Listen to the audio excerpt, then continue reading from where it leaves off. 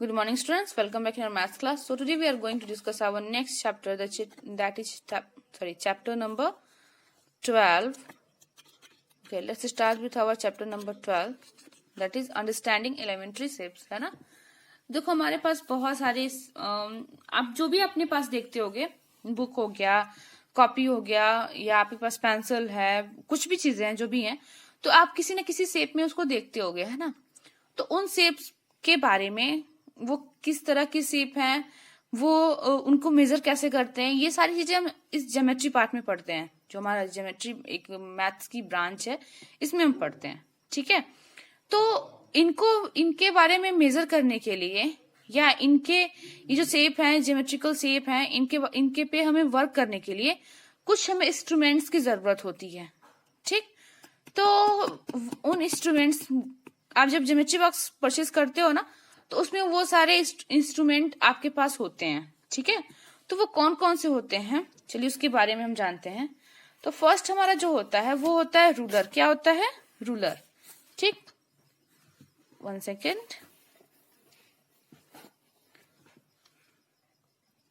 देखिए ये हमारा रूलर हो गया, ठीक है। तो इसमें जो मेजरमेंट होता है ना, वो देखिए ये जो 1 है वो सेंटीमीटर होता है।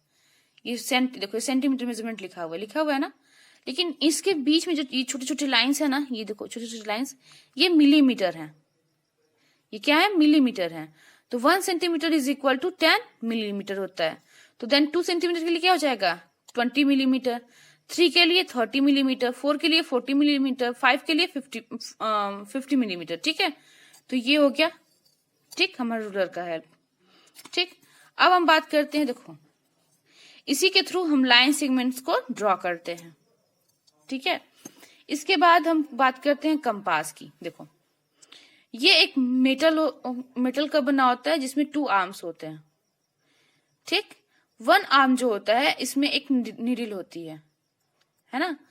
और ये देखो दूसरा जो आर्म है, इसमें एक क्या कहते हैं, इसमें हम अपनी पेंसिल्स को होल्ड कर सकते हैं, ठीक। इस स्क्रू के थ्रू हम क्या करेंगे? पेंसिल को होल्ड इसमें कर सकते हैं, और इसके थ्रू हम सर्कल्स भी ड्रॉ कर सकते हैं, लाइन सेगमेंट के बारे में भी हम वो कर सकते हैं, एंगल्स ड्रॉ कर सकते हैं, आर्क दे सकते हैं, ठीक। नेक्स्ट आपका आता है डिवाइडर। देखो ये भी मेटल का होता है, इसमें भी 2 आर्म्स होते हैं, और दोनों दोनों आर्म्स है ना, उसमें तो क्या, दोनों में क्या होती है? नीडल लगी होती है, ठीक।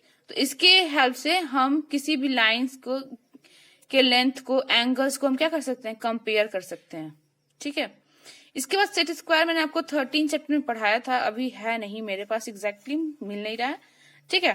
तो देखो सेट स्क्वायर में क्या होता है कि दोनों ट्रायंगुलर शेप में होते हैं, ठीक।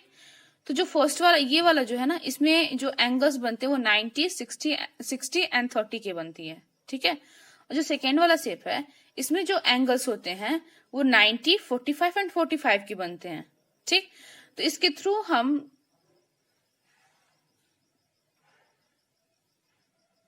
परपेंडिकुलर लाइंस या पैरेलल लाइंस को हम ड्रॉ करते हैं, ठीक। अब नेक्स्ट आपका आता है प्रोटेक्टर। देखिए प्रोटेक्टर जो होता है, ये एक सेमी सर्कुलर पार्ट होता है, या इंस्ट्रूमेंट होता है, ठीक। सेमी सर्कुलर, देखो ये सर्कल का हाफ पार्ट है ना, और ये जो होता है वो 180 डिग्री में क्या होता है? डिवाइड होता है। इसमें 2 स्केल्स होते हैं, एक इनर स्केल होता है और एक आउटर स्केल होता है, ठीक। तो जनरली जो हम लोग क्या कहते हैं, एंगल्स बनाते हैं, वो इनर स्केल के थ्रू बनाते हैं, ठीक है। इसके बाद देखिए क्या होता है हमारा, हाँ, तो जो हम अभी पढ़ने वाले हैं वो हम किस टॉपिक पे पढ़ेंगे? वो होगा हमारा लाइन सेगमेंट पे, ठीक। तो आप लोगों को पता है कि जो लाइन होती है वो तो इनलेस लेंथ होती है उसकी, है ना। लेकिन जैसे ही लाइन में जब हम 2 फिक्स्ड लेंथ कर देते हैं, तो वो हमारी लाइन सेगमेंट हो जाती है। देखो ये लाइन थी, लाइन में ये 2 फिक्स्ड लेंथ हो गया, 2 पॉइंट हो गया ना, तो मतलब यहीं पे इतना ये फिक्स्ड लेंथ हो गया, तो इसको हम क्या बोलेंगे? ये हमारा क्या हो जाएगा? ये हमारा लाइन सेगमेंट हो जाएगा, ठीक। अब 2 लाइन सेगमेंट को हम कैसे कंपेयर करते हैं उसके बारे में पढ़ेंगे। तो फर्स्ट जो कंपैरिजन होता है वो होता है ऑब्जर्वेशन मेथड, मतलब हम देख के बता सकते हैं कि कौन सा बड़ा है कौन सा छोटा है ना। तो अगर हम किसी बड़ी शेप वाली जो वस्तु हो उसको छोटे शेप से हम कंपेयर करते हैं तो वो हमारी क्या कही जाएगी। अब देखो जैसे ये आपका हो गया, ये बुक हो गई और ये पेंसिल है ना। तो इसमें अगर आपसे कोई पूछे कि बड़ी कौन सी है तो आप श्योर बताओगे कि बुक की लेंथ बड़ी है ना। तो ये तो हमारा ऑब्जर्वेशन मेथड हो जाएगा, ठीक। लेकिन क्या ये हर एक जगह सही होगा। मान लीजिए अगर इस बुक की और दूसरी बुक को हम एक साथ रख दें और आपसे पूछें कि क्या इन दोनों की लेंथ सेम है, तो क्या आप इसको ऑब्जर्व करके बता सकते हो? नहीं बता सकते ना। तो ये एक लिमिटेशन इसमें आ जाती है, ठीक। इसके बाद जो दूसरा मेथड है ऑब्जर्व करने का वो है आपका ट्रेसिंग के थ्रू। तो ट्रेसिंग में क्या होता है ना कि आप एक लाइन आपकी ड्रॉ है, ये ड्रॉ है ना, मतलब एक लाइन है ये, तो एक ट्रेसिंग पेपर होता है, ये ट्रांसपेरेंट पेपर होता है, ठीक है। आप उस पेपर को क्या करिए, इस लाइन पे रख दीजिए और इसका शेप ले लीजिए, ठीक। और फिर दूसरी लाइन पे ले जाके आप उस शेप को रख दीजिए। तो इससे ये पता चलेगा कि कौन सी लाइन बड़ी है, कौन सी लाइन छोटी है या इक्वल है, ठीक। तो इस तरह हम ट्रेसिंग के थ्रू मेजर कर सकते हैं। लेकिन इसकी कुछ लिमिटेशन है। क्या हो जाता है कि कभी कभी हमसे मिस्टेक हो जाती है इस लाइन को मेजर करने में। कैसे? वो तो लाइन ड्रॉ है, ऊपर से अगर हम बनाएंगे तो थोड़ी बहुत तो मिस्टेक तो हमारी आएगी। तो इसमें इसका मतलब ये क्या है कि हम एग्जैक्टली ऑब्जर्व नहीं कर सकते ट्रेसिंग के थ्रू, ठीक। इसके बाद आता है आपका क्या, कंपैरिजन यूजिंग डिवाइडर। आपको कंपेयर करना है किससे, डिवाइडर से। जैसे देखो इन दोनों को मैंने ऐसे पुट किया, ठीक, सॉरी ऐसे देखो ये है ना, ऐसे मैंने इसको मेजर कर लिया, यहां रख के ऐसे करके मेजर कर, ये मेजर हो गया। अब इसी के थ्रू हम इस लाइन को क्या करेंगे, कंपेयर करेंगे। तो देखो ये लाइन इससे बड़ी है ना, जो CD है वो AB से छोटी दिख रही है ना, तो ये क्या हो जाएगा, मतलब AB जो है वो CD से क्या है, बड़ी है, ठीक। तो इसमें भी लिमिटेशन ये है कि क्या पता हम जो सॉरी अभी तो ये जो छोटे लेंथ वाले हमारे पास जो लाइन सेगमेंट है उसको तो हम मेजर कर सकते हैं। लेकिन जब बात बड़ी लेंथ की हो जाती है तो क्या हम उसको मेजर कर सकते हैं, नहीं कर सकते ना। तो इससे डिवाइडर की हेल्प तो हम ले नहीं पाएंगे, है कि नहीं। तो इसकी लिमिटेशन सिर्फ यही आती है कि हम जो लॉन्ग लेंथ के लाइन सेगमेंट होंगे उनको हम इसके थ्रू कंपेयर नहीं कर सकते हैं, ठीक है। अब नेक्स्ट आता है मेजर करने का। कैसे हम ये तो कंपैरिजन था, अब हम मेजर कैसे करते हैं लाइन सेगमेंट को, ठीक। तो फर्स्ट आपका आता है क्या, मेजरमेंट ऑफ लाइन सेगमेंट। तो हम इसमें भी कंपैरिजन करते हैं यूजिंग रूलर के थ्रू करते हैं। एक लाइन सेगमेंट दिया गया है, ठीक है, और आप उसको क्या करिए, रूलर के थ्रू मेजर करिए। मेजर किया, देखो सामने से अगर हम इसको देखते हैं तो ये आपका दिखाई देगा 5.9 शो करेगा, ठीक। अगर हम इसको ऊपर से देखते हैं तो ये एग्जैक्टली 6 सेंटीमीटर शो करेगा, ठीक। अगर इसको हम दूसरी साइड से देखते हैं तो इसका कुछ और मेजरमेंट होगा, ठीक है। तो यही इसकी लिमिटेशन होती है। मतलब हम रूलर के थ्रू तो इसको मेजर कर सकते हैं, लेकिन मिस्टेक आ जाती है कि वो हमारे आई की पोजीशन क्या है उस बेसिस पे इसका थोड़ा बहुत डिफरेंस हमारे क्या कहते हैं मेजरमेंट पे पड़ता है, ठीक। या फिर दूसरा क्या पड़ेगा कि अगर स्केल थोड़ी सी मोटी होगी तो कंपेयर करना हमारे लिए डिफिकल्टी शो करेगी, ठीक। नेक्स्ट जो हमारा है और लास्ट वो क्या है हमारा कि मेजरिंग और line segment using both scale and divider. Scale और डिवाइडर की हेल्प से हम मेजर कर सकते हैं। कैसे करेंगे, देखो आप क्या करिए, ये एक लाइन सेगमेंट है, ठीक है। तो फर्स्ट आप क्या करिए, इसको डिवाइडर से मेजर कर लीजिए, ऐसे करके लीजिए, और फिर इसको क्या करिए,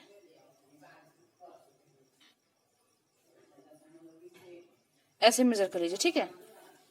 और फिर उसके बाद स्केल लीजिए, स्केल लेने के बाद इसको ऐसे मेजर कर लीजिए।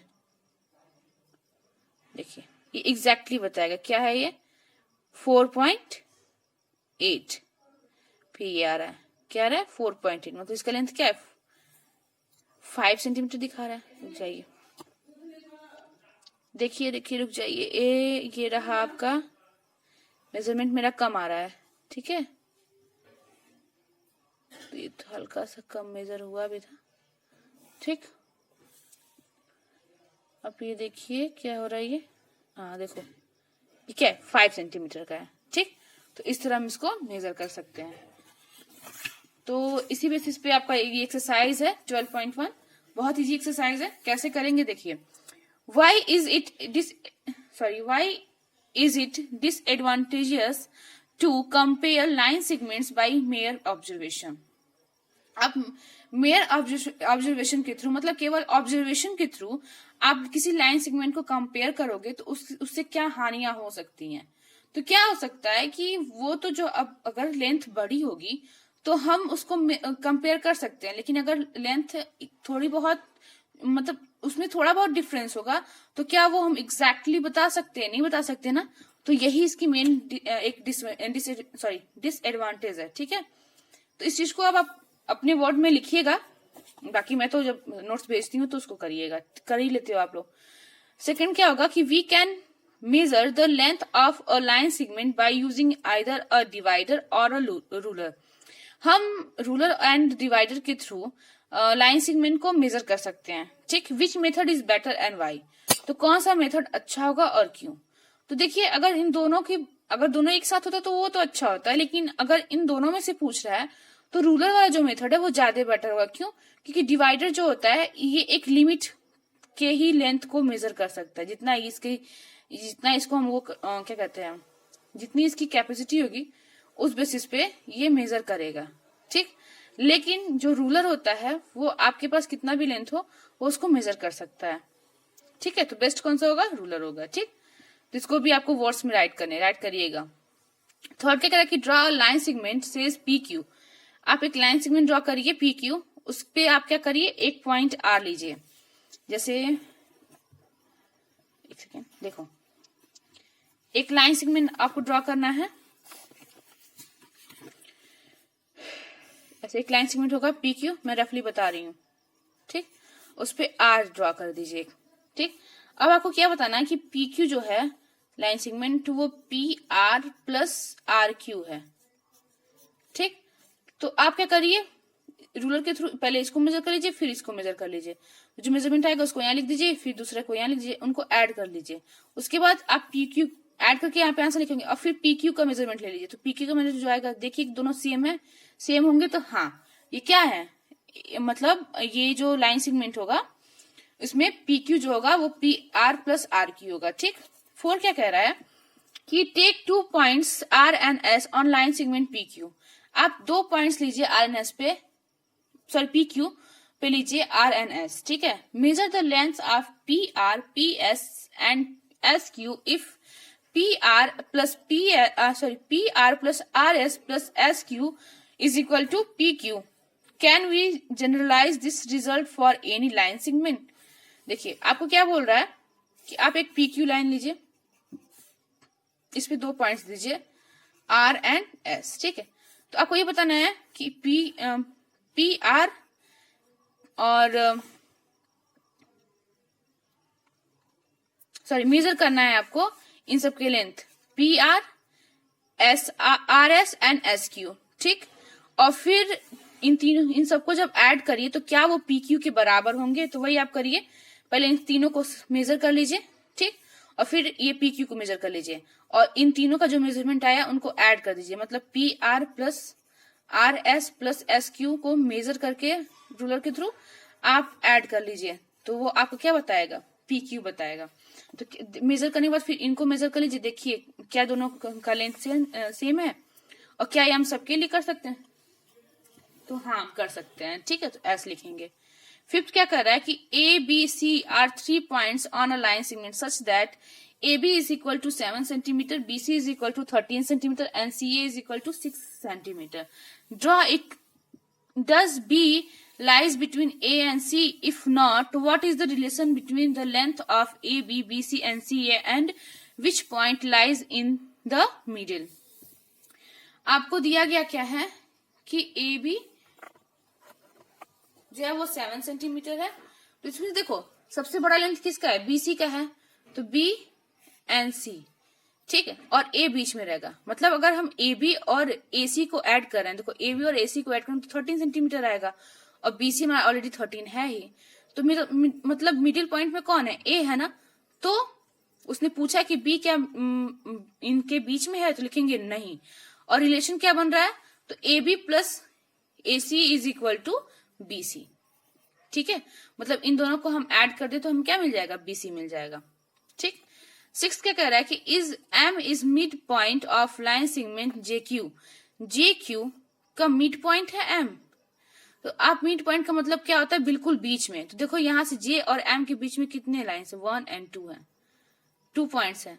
और एम और क्यू के बीच में कितने हैं, तो 1 2 3 है।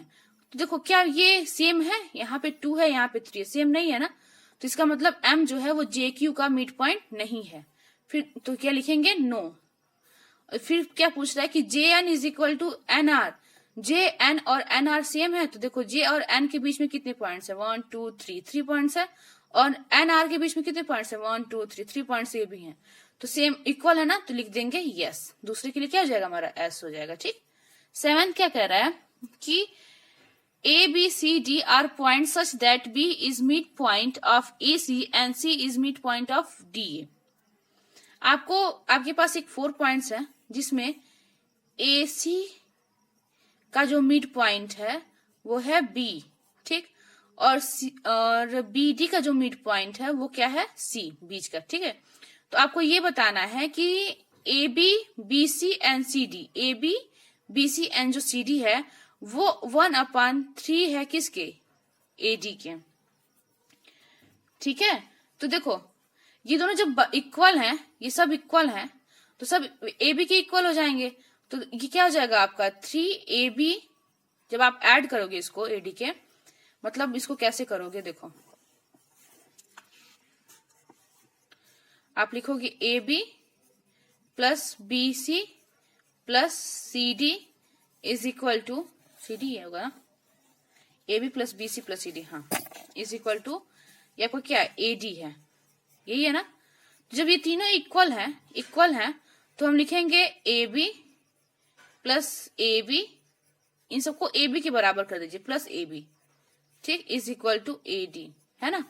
तो 1 2 3, 3 से 3AB आ गया, 3AB is equal to AD, ठीक। तो AB सिर्फ AB का बताना ना, तो AB is equal to 1/3 AD आ गया ना, यही हमारा आंसर हो जाएगा। 7th वाले को हम ऐसे ही करेंगे, ठीक है। 8 क्या कह रहा है कि draw 5 triangles with sides of various length, in each case check. आपको 5 ट्राइंगल्स ड्रॉ करने हैं और अलग अलग लेंथ के 5 ट्राइंगल्स ड्रॉ करिएगा और उनकी साइज को चेक करिएगा। क्या चेक करना है फर्स्ट में, कि अगर 2 साइड्स को हम ऐड करते हैं तो क्या वो थर्ड साइड से बड़ा है, ठीक।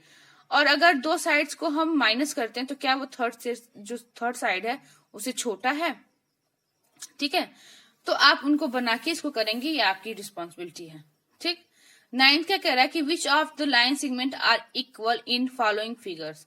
आपको इन लाइन सेगमेंट्स को देखना है कि कौन से शेप के लाइन सेगमेंट्स इक्वल हैं। तो आपको इसको रूलर से मेजर करना पड़ेगा, एक एक लाइन सेगमेंट को मेजर करिएगा और देखिएगा कि किसमें सेम है। जिसमें सेम होगा उसका आंसर है, जिससे ए में सेम है तो ए, और मतलब सभी, ऐसा नहीं कि इन दोनों में कंपेयर करना, नहीं, इन्हीं लाइन सेगमेंट में कंपेयर करना है कि क्या इनकी लेंथ जो है वो सेम है, इसकी लेंथ सेम है। अगर है तो यस लिखेंगे, नहीं है तो नो लिखेंगे, ठीक।